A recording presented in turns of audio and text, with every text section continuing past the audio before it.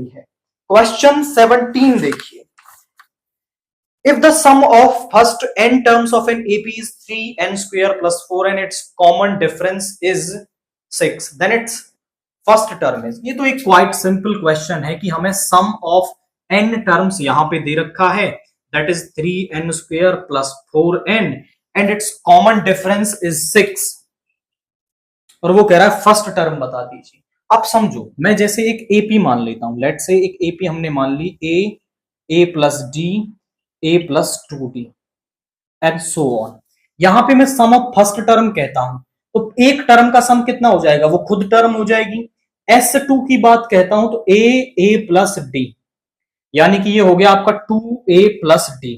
अगर मैं S2 में से S1 सब्ट्रैक्ट कर देता हूं तो मेरे पास आएगा 2a प्लस आपका this is a plus d, 2a plus d minus a, यानी ये क्या आ गया, a प्लस d आ गया। आप समझो, मैंने सम ऑफ टू टर्म्स में से sum of one term subtract कर दिया तो मेरे पास a2 आ गया।